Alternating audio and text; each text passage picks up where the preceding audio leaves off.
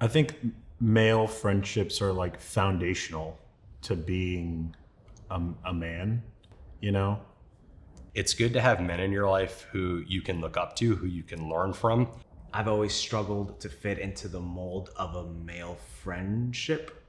It's mostly been women that kind of gave me comfort and friendship. I didn't think that a male friendship was something that I was worthy of. Growing up, it was very obvious that I wasn't very masculine, or at least even what you define as masculinity. That was always like a label put over me of like this thing that was like unreachable. It was difficult, especially coming from a Caribbean background as well, because it felt as though you should just man up. That's what most people tell you. It's like, oh, well, you don't cry because you hold that in.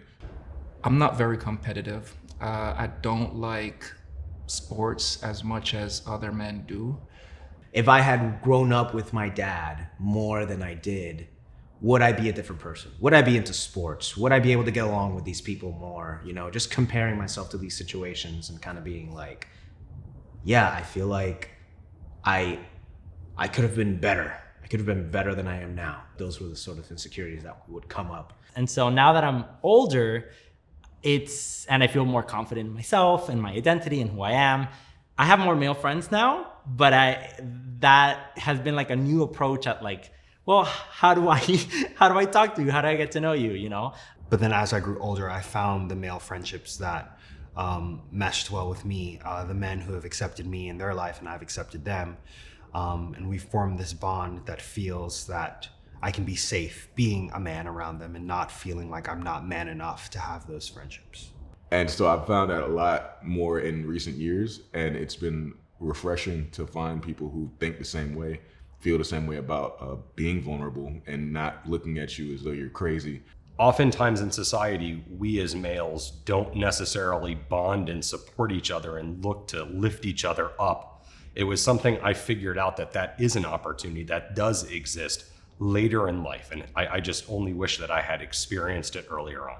A kind of diversity of friendships is a beautiful thing. You know, like some guys are the guys you just make jokes with, and you when you happen to be in the same place, you connect and you hang out, and it never really goes much further than that. I don't have to be anybody else around them. I like that aspect of my friendships. My male friendships don't require too much from me, you know? But at the same time, there's so much understood. To have someone who understands at times what you're going through and isn't going to judge you for it, isn't going to laugh at you for it. Let me take that back. They might laugh at you for it, but it's not in a malicious way. But there's a specific aspect of it that I realized differs and is really important to me because it brings out a side of me that I don't often get to explore or experience. And that's a sort of like earthiness, groundedness. I think there is something profound in a deep male friendship. In a way, most male friendships I wish could go a little deeper. And I think often men were inherently taught to compete with other men. But my philosophy, not only now, but it's been for quite some time, is to foster co-creation. Because I think with men that have purpose, that equates to a lot of power. To me, male friendship is, there's a strength, there's support there obviously, but there's also that gentle tenderness where your friends give you that permission to be soft in a world where men are expected to be hard and firm, maybe even stoic. There's something that is difficult about that, doing that with another man, exposing yourself to another man. So I think male friendship is someone who you are willing to do that with.